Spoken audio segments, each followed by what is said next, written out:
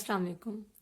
आज के calligraphy painting course के लेसन में हम बात करेंगे कंपोजिशन पे, बैलेंस, विड्थ और डिज़ाइन पे। सबसे पहले मैं आपसे बात करूंगी विड्थ पे। विड्थ क्या है? फॉर एग्जांपल ये मैंने आपके सामने अल्लाह लिखा। अब ये अल्लाह लिखते हुए मैंने डबल पेंसिल को यूज़ किया। जो विड्थ मैंने यहाँ पे रखी है, इस पोर्शन में जो विड्थ मैंने रखी है, यानी यहाँ पे जो विड्थ यूज की है, सेम विड्थ मैंने इस जगह पे रखी, यहाँ पे रखी, यहाँ पे रखी, यहाँ पे रखी और यहाँ पे रखी। और जो पॉइंट्स, जो जगहें पॉइंटेड होनी चाहिए थी या कम विड्थ में होना चाहिए था, उन सबको एक ही तरह से कंसीडर किया गया। जैसे आप इसका स्टार्टिंग पॉइंट देख सकते हैं, इसका देख सकते हैं, इसका एंड देखें, ये एंड देखें, एक ही तरह से लिखे जाते हैं। सो ये तो है विड्थ। साइज क्या है? जितना बड़ा आपका कैनवस है, जितना बड़ा आपका वर्किंग एरिया है, उसके मुताबिक आप अपना ब्रश सिलेक्ट करते हैं, उसके मुताबिक आप अपने फॉन्ट का साइज सिलेक्ट करते हैं। फिर आप किसी भी कैलीग्राफी स्टाइल में लिख रहे हैं, इट ऑल डिपेंड्स आप क्या साइज यूज कर रहे हैं। फॉर एग्जाम्पल आपके पास ये कैनवस शीट मौजूद है, आप इस कैनवस शीट पे लिखना चाहते हैं। अगर तो आप सिर्फ एक नाम यानी अल्लाह, इसमें अल्लाह या इसमें मोहम्मद सल्लल्लाहु अलैहि वसल्लम लिखना चाहते हैं, तो फिर आप देखेंगे कि कौन सा ब्रश मेरे लिए रीजनेबल है। फॉर एग्जाम्पल फिर मैं आपको रिकमेंड करूंगी कि आप इस साइज के ब्रश को सिलेक्ट करें, ठीक है। और अगर आप बैकग्राउंड भी देना चाह रहे हैं, बैकग्राउंड भी दिया, और अगर इस तरह एक नाम भी लिख रहे हैं और बैकग्राउंड तो खैर आप करेंगे उसमें, यानी बैकग्राउंड में आप different elements, different patterns use कर रहे हैं, तो फिर आप रिलेटिवली साइज को देखते हैं कि मेरा सबसे बड़ा फॉन्ट साइज क्या होगा और सबसे छोटा फॉन्ट साइज इस स्टाइल में या इस कैनवस पे क्या होगा। हर कैनवस पे आप एक ही ब्रश का साइज यूज नहीं करते।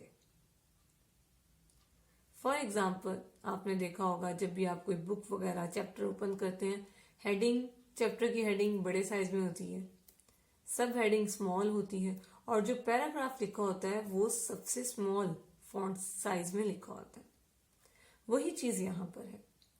आप किस चीज को, किस एलिमेंट को, किस राइटिंग को, किस नाम को, या क्या स्क्रिप्ट है जिसे आप प्रोमिनेंट करना चाहते हैं, उसे आप बड़े साइज में लिखते हैं, और बाकी जो भी चीजें आप उसमें ऐड कर रहे हैं उन्हें आप छोटे साइज में रखेंगे। फिर एक और चीज, कंपोजिशन क्या है? तो कंपोजिशन में कुछ चीजें आप नोट डाउन कर लें अपने पास। आपने जब भी कोई भी चीज लिखनी है अपने कैनवस पे या कैनवस शीट पे, जो भी आप यूज कर रहे हैं, आप उससे पहले पेंसिल से डिजाइन करेंगे सिंपल पेपर पे। फॉर एग्जांपल हमारे पास ये सिंपल पेपर है, हम इस पे पहले डिजाइन करेंगे कि भाई मैं अपने इस कैनवस में क्या क्या चीजें लिखना या लिखना चाहता हूं या चाहती हूँ। फॉर एग्जाम्पल मेरा अब ये जो कैनवस शीट है, इसका साइज है कुछ ऐसे। आप जस्ट एक शेप ड्रॉ कर लें ताकि आपको अंदाजा हो जाए। शेप हो गई। अब इस शेप में आपके पास ये सारा एरिया है।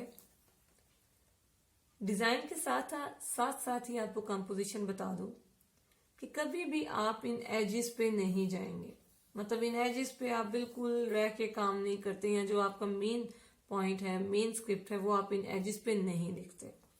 So that must be here. ये एरिया सर आपके पास मौजूद है, आप इसमें लिखें।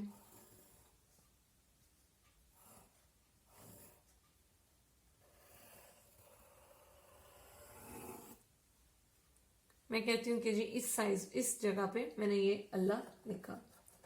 अब कुछ एलिमेंट्स मैं ऐड करना चाह रही हूँ, वो कुछ शेप्स हो सकती हैं। आप स्क्वायर्स ऐड कर सकते हैं, आप स्ट्रेट लाइंस ऐड कर सकते हैं, आप सर्कल्स ऐड कर सकते हैं, आप हाफ सर्कल्स ऐड कर सकते हैं। It's up to you.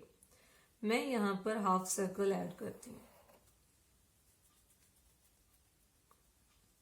Side पे कर रही हूं या मिड में कर रही हूं, इसकी भी कोई रेस्ट्रिक्शन नहीं है। इट ऑल डिपेंड्स कि आपने मेन स्क्रिप्ट कहाँ लिखा और फिर सराउंडिंग्स को बैलेंस करके किस तरह से फिल कर रहे हैं। ये नहीं है यहाँ पे मैंने बना दिया, यहाँ पे बना दिया, यहाँ पे बना दिया, तो वो तो आउट हो जाएगा। जब आप इतना ज्यादा सराउंडिंग में चीजें बहुत ज्यादा सारी ऐड करेंगे तो आपका जो मेन टेक्स्ट है वो डिस्टर्ब हो जाएगा। सो मैंने यहाँ पर ये ऐड किया टेक्स्ट और इसमें मैं कुछ राइटिंग करूंगी और इसी तरह से मैं सर्कल ऐड करती हूँ यहाँ पर, क्योंकि ये जगह खाली है। इस साइड पे क्यों नहीं किया? क्योंकि हम इसको थोड़ा सा बढ़ा के इधर लेकर आएंगे और उसका रुख भी उधर है, तो खाली जगह ज्यादा इसके यहाँ पे ज्यादा है या यहाँ पे, यहाँ पे, तो मैंने इस जगह पर ये सर्कल्स ड्रॉ कर दिए। फिर सिमेट्री लाने के लिए शेप्स में मैं यहाँ पर कुछ डॉट्स, नुक्ते ऐड कर रही हूँ। ये नुक्ता जो हम यहाँ पे बनाएंगे ये फॉर डिजाइनिंग है, इनका वैसे स्क्रिप्ट में कोई मतलब नहीं है। अगर मैंने यहाँ पे बनाया है तो मैं अब सिमेट्री को रखते हुए यहाँ पे नहीं बनाऊंगी, मैं बनाऊंगी यहाँ पे। अब आप कहेंगे कि जी इनका क्या रूल है? तो इनका रूल वैसा ही जैसे आप अपने घरों को सजाते हैं और आप अपने ड्राइंग रूम में टीवी लाउंज और बेडरूम की चीजें नहीं ला के रख देते। ड्राइंग रूम का एक अपना प्रोटोकॉल है, टीवी लाउंज का एक अपना प्रोटोकॉल है, डाइनिंग का एक अपना प्रोटोकॉल है। सो वो आपकी एस्थेटिक सेंस पे डिपेंड करता है। वही चीज यहाँ पर आपकी एस्थेटिक सेंस पे डिपेंड करती है। कोई हार्ड एंड फास्ट रूल नहीं है, but we have to keep the balance of size, balance of position and balance of colours, colour combinations जो हम यूज करेंगे अपने आर्ट पीस में। सो अब थोड़ा सा क्लियर हुआ कि मैं बनाना क्या चाह रही हूँ। तो मैं अब इस डिजाइन को जो भी चेंजेस लेकर आने हैं, मैं कहती हूँ कि नहीं ये थोड़ा सा इधर हो गया, इसको और बड़ा होना चाहिए था, ये यहाँ पे होना चाहिए था। बजाय इसके कि मैं कैनवस पे जाकर और फिर बार बार वहां उसे मिटा कर ठीक करने की कोशिश करूं, मैं यहाँ पर क्यों ना पहले पेपर वर्क कर लूं ताकि चीजें क्लियर हो जाएं और फिर इस डिजाइन को अपने मेन कैनवस पे मैं उतारूं। तो आप इस तरह से एक अच्छा बैलेंस्ड, वेल कंपोज्ड और परफेक्ट साइज के मुताबिक एक सही आर्ट पीस क्रिएट कर सकते हैं।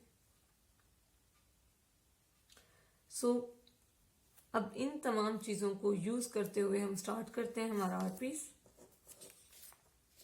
डिजाइन हमारे सामने।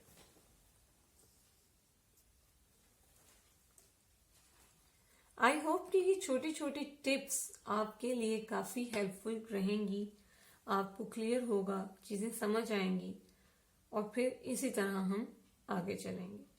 अब यहाँ एक और चीज आपको दिखा देती हूँ अपने साथ साथ ही एक प्रोजेक्ट पे काम करते हुए, जो मैंने आपको 2 कैनवस के साइज की बात। ये आपके सामने यासीन लिखा हुआ है, कूफी स्टाइल जो हम लोगों ने एक फ्री हैंड कूफी किया उसमें, और ये भी यासीन उसी स्टाइल में लिखा हुआ है।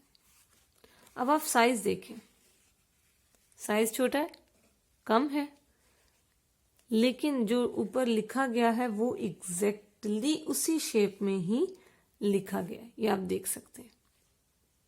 ठीक, अब क्या हुआ, इसका साइज है 8 बाय 8 इंचेस। ये उसके अकॉर्डिंगली मैंने इस विड्थ को रखा है पूरे इस राइटिंग में। इसका साइज है 6 बाय 6 इंचेस। अब मैंने 6 बाय 6 इंचेस के मुताबिक इस पूरी राइटिंग के साइज को रखा है। अगर मैं ये साइज, यानी जिस तरह यासीन यहाँ लिखा हुआ है, ये यहाँ पे लिखती तो ये किधर आता, इधर दरमियान में आता, नीचे वाले पे ये दरमियान में आता। और अगर मैं इस साइज को इस विड्थ के यानी इस विड्थ के साथ अगर मैं इस कैनवस पे लिखती तो क्या इस पे पूरा आता? ये आपके सामने आप देखिए, तो ये पूरा ना आता। सो हम हमेशा ये देखते हैं कि हमारा सरफेस एरिया कितना है, वर्किंग एरिया कितना है, और फिर हम उसके मुताबिक फॉन्ट का साइज रखते हैं। क्योंकि अब इन प्रोजेक्ट्स में, इन आर्ट पीसेस में इसके अंदर और कोई टेक्स्ट ऐड नहीं होना, इसलिए मैंने इनको बोल्ड करके लिखा है।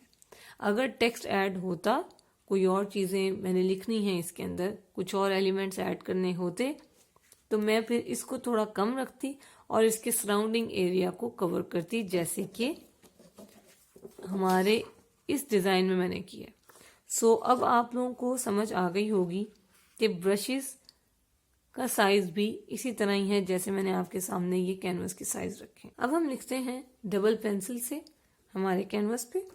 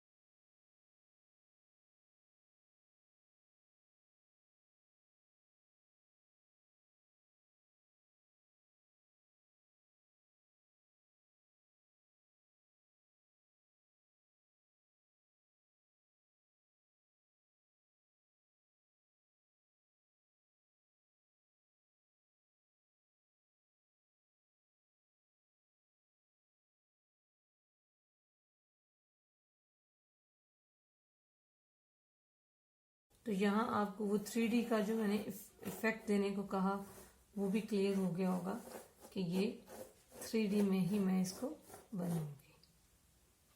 सही, ये हो गया। अच्छा, अब हमारे पास कुछ सर्कुलर शेप होनी चाहिए जो मैं यहाँ पर ड्रॉ करूँगी। तो थोड़ा सा डिज़ाइन में मैं वेरिएशन लेकर आऊँगी और मैं जो यहाँ पर ये चीज़ बनाई थी मैं इसे इधर इस तरह से बनाऊंगी।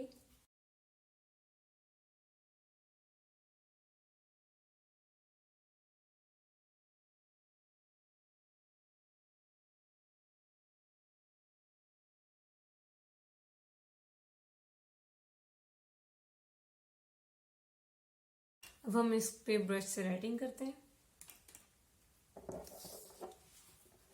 चॉइस आप पर है, आप पहले बैकग्राउंड बनाते हैं उसके बाद राइटिंग करते हैं तो भी आप कर सकते हैं। मैं यहाँ पर फर्स्ट टेक्निक के साथ जाऊंगी।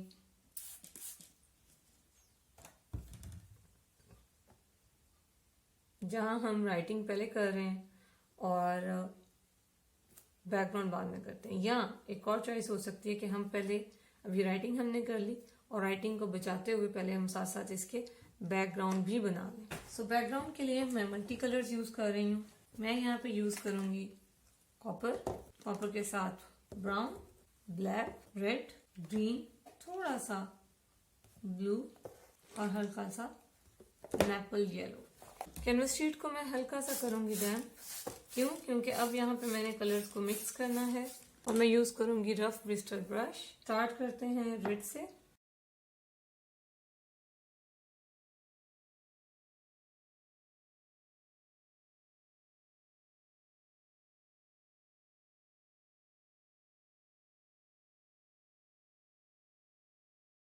नेक्स्ट कलर है हमारा ब्राउन।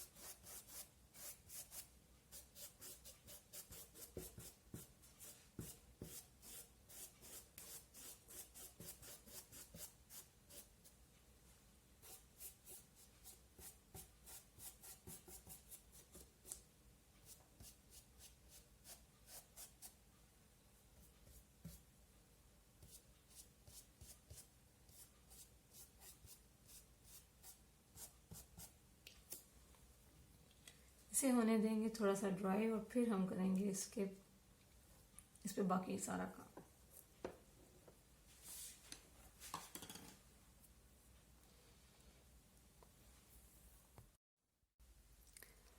अब ये कम्प्लीटली ड्राई हो चुका हुआ है और इसमें आप ये कॉपर कलर जो यूज़ किया हमने उसकी वजह से शाइन देख सकते हैं।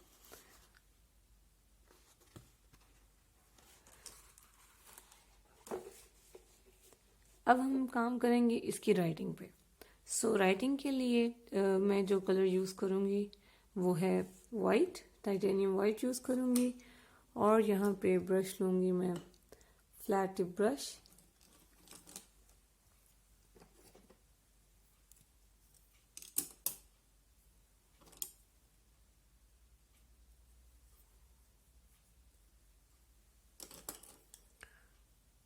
फ्लैट टिप ब्रश में ले रही हूँ, राइट। पेंट की कंसिस्टेंसी, अगर आप इस कदर थिक पेंट यूज़ करेंगे तो ब्रश का फ्लो अच्छा नहीं रहेगा। सो इसके लिए मैं हल्का सा स्प्रे यूज़ करूँगी इसमें ताकि ये डाइल्यूट हो जाए। और जब ये डाइल्यूट हो जाएगा, बहुत ज़्यादा इसको इंक की तरह भी आपने डाइल्यूट नहीं करना और बहुत थिक भी नहीं रखना।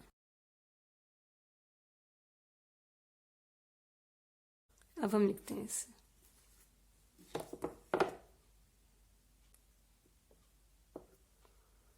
बहुत ज़्यादा पेंट लोड नहीं कर रही हूँ।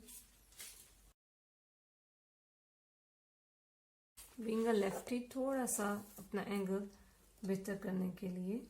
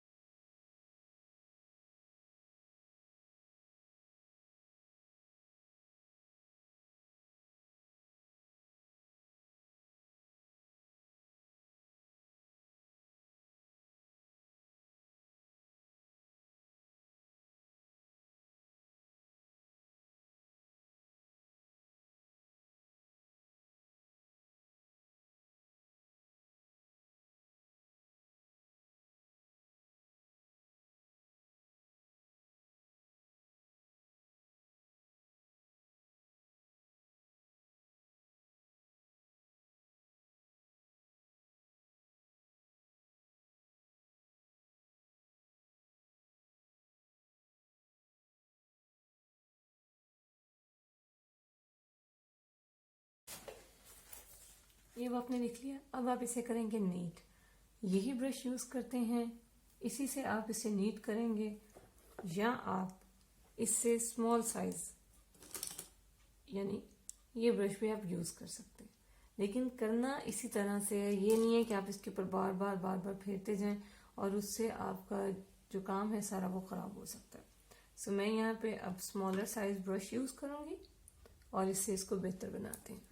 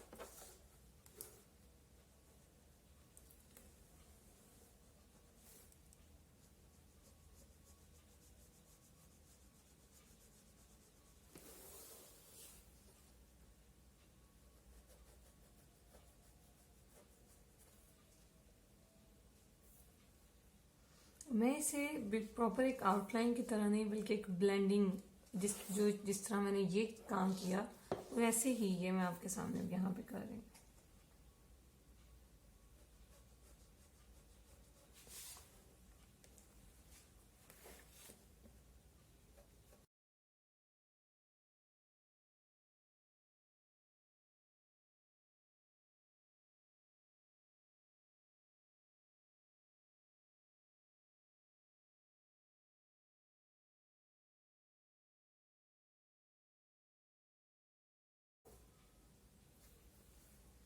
अब ये देखें कि सिर्फ एक कलर को हल्का सा ऐड करने से इसका इम्पैक्ट इतनी जल्दी चेंज हुआ है।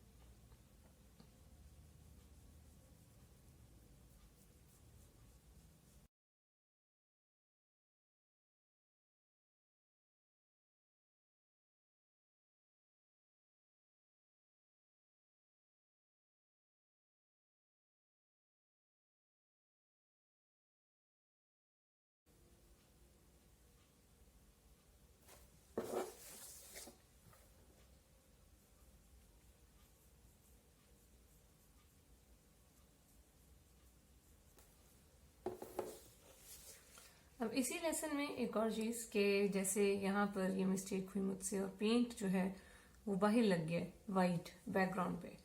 वाइट पेंट मेरे कलर्ड बैकग्राउंड पे लग गया। तो अब मैं यहाँ पे क्या करूंगी, मैं ब्रश को कर रही हूँ वॉश और ग्रीन पेंट, क्योंकि मैं इस राइटिंग को तो डिस्टर्ब नहीं कर सकती। तो मैं ये ले रही हूँ ग्रीन पेंट, बिल्कुल माइनर सा मैंने ग्रीन पेंट लिया है और इसे एज ए करेक्टर हम यूज कर रहे हैं। ये देखिए इस तरह।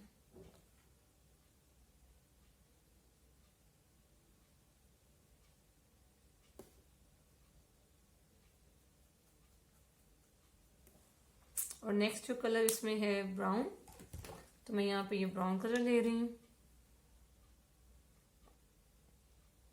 बहुत थोड़ा सा, बिल्कुल थोड़ा सा।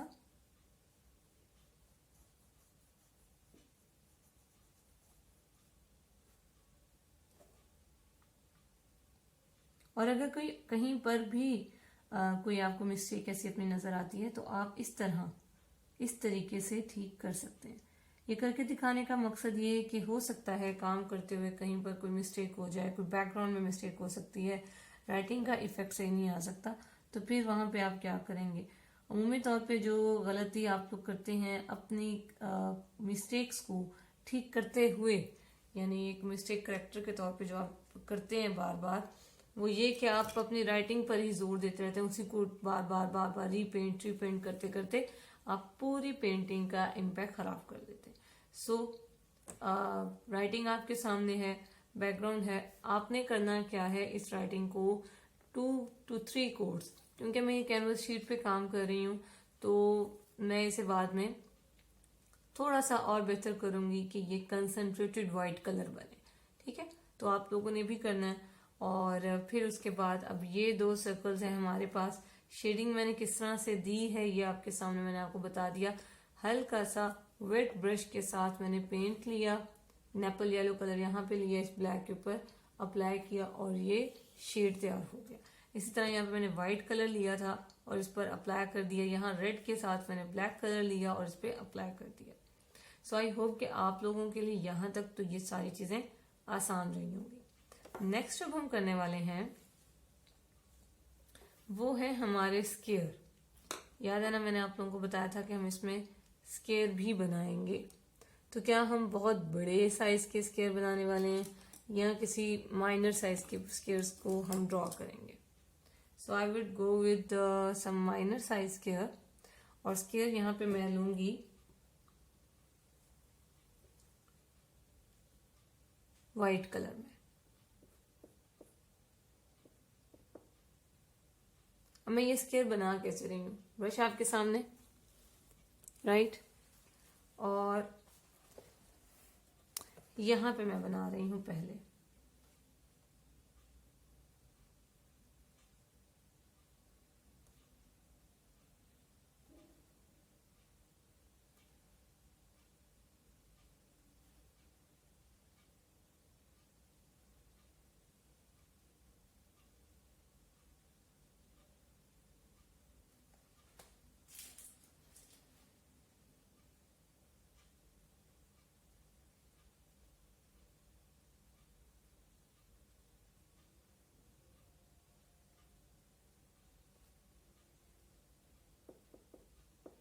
बहुत ज़्यादा पेंट लोड करेंगे तो शेप स्क्वायर की शेप सही नहीं बनेगी।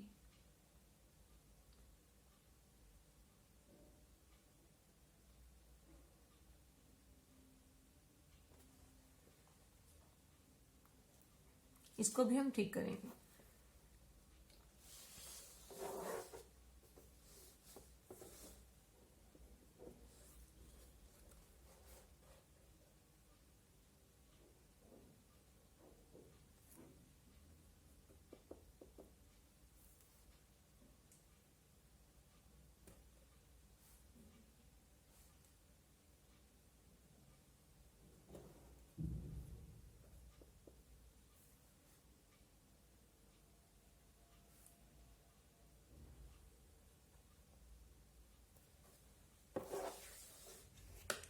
इनको करेक्ट आप किस तरह से कर रहे हैं, मैं यहाँ पे बहुत ही माइनर साइज में एक राउंड टिप ब्रश ले रही हूँ।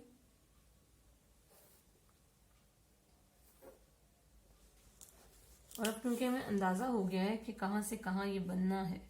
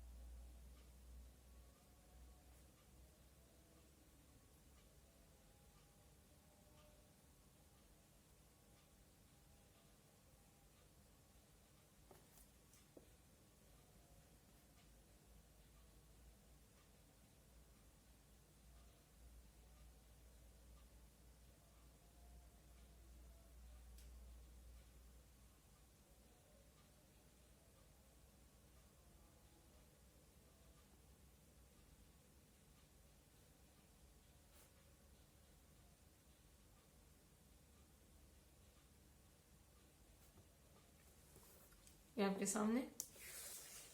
अब यही चीज यहाँ पे करेंगे।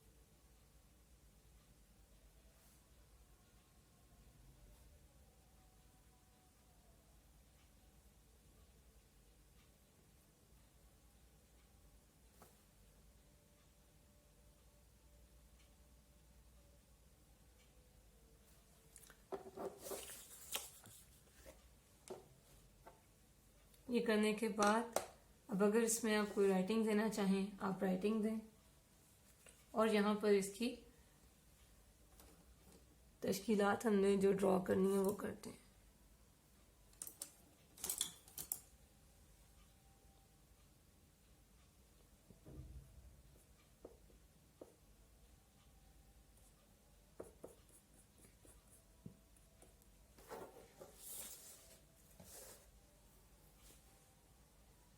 एराब लगाएंगे यहाँ पे।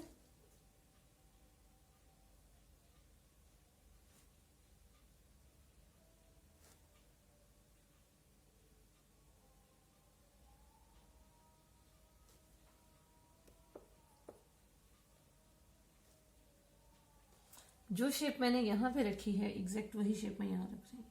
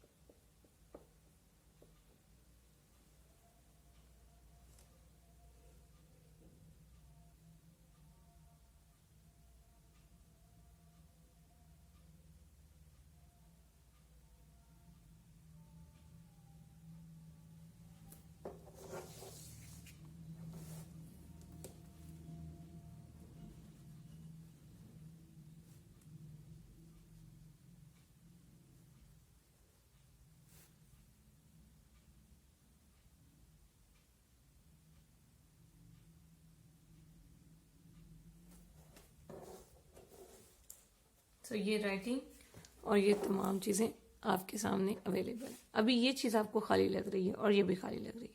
अगर आप कलर्स इन्हांस करना चाहते हैं तो यहाँ पर आप कोई भी शेड जो ऐड करना चाहें आप ऐड कर सकते हैं।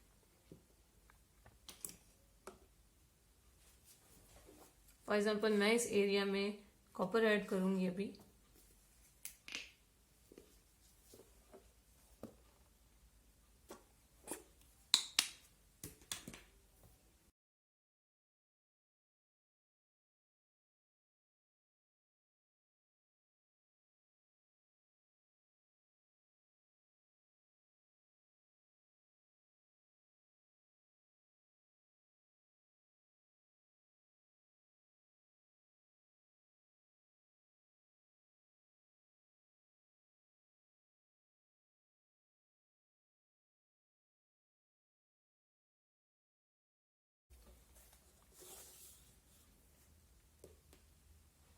और यही थोड़ा सा कॉपर का शेड मैं अब यहाँ पर दूंगी।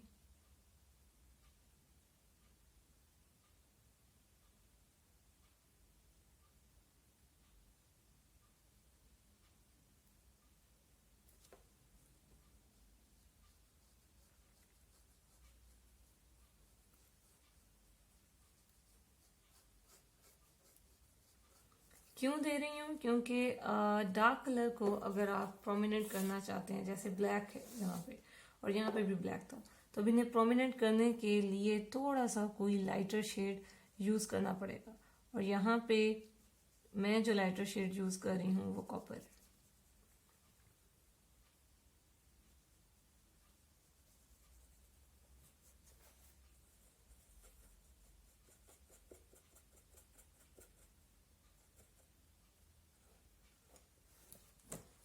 इसी ब्रश को मैं कर रही हूँ वेट, और अब ताकि ये अच्छी तरह से इसमें ब्लेंड हो जाए।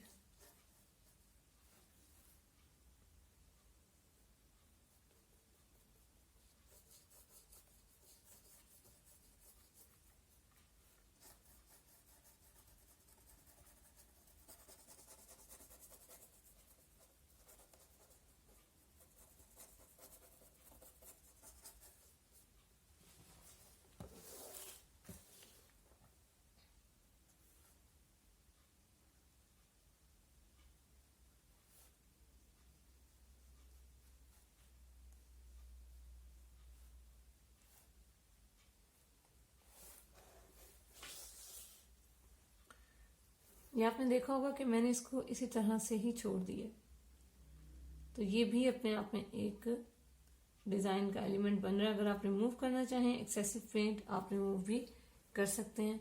मैं इसमें से इसे रिमूव नहीं करूंगी।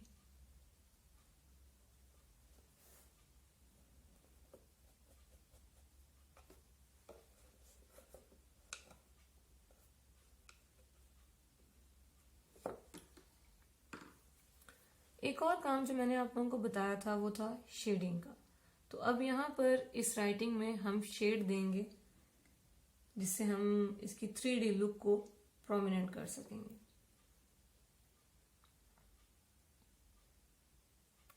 और एक और काम,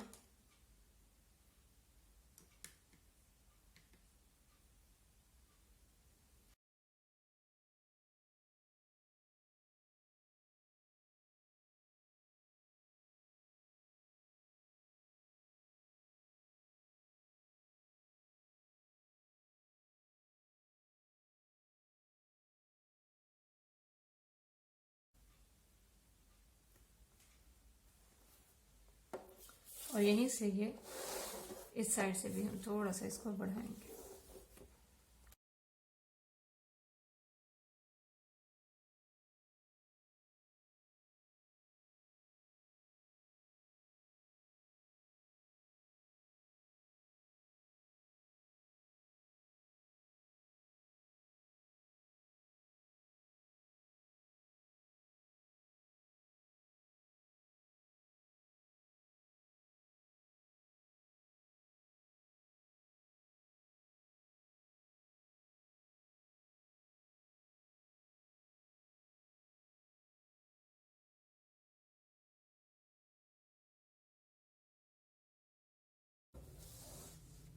अब इसमें देंगे हल्का सा शेड। फॉर एग्जांपल मैं इसमें शेडिंग लेकर आऊंगी यहाँ इस एरिया में,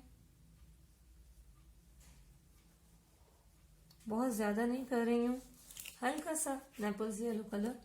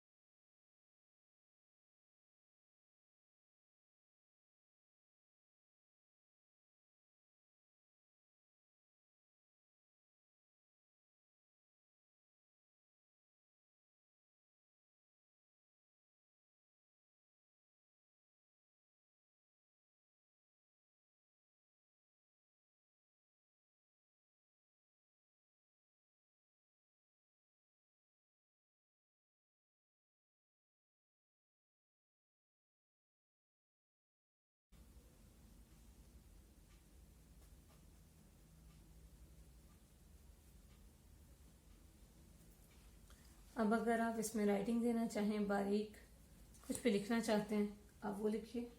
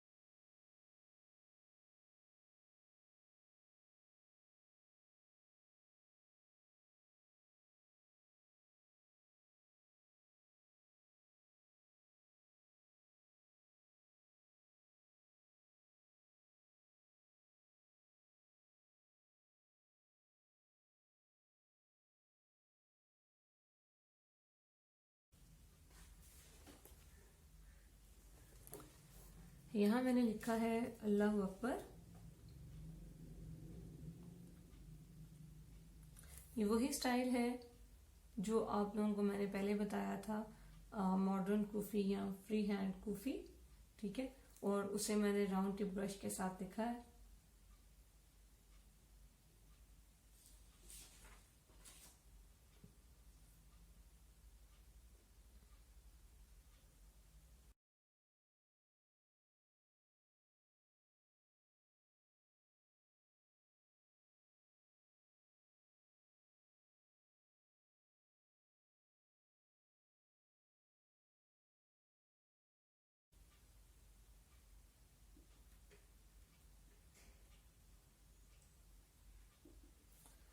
इसे ड्राई होने देंगे और फिर इसी स्टाइल में मैं यहाँ पर कैलीग्राफी करूँगी।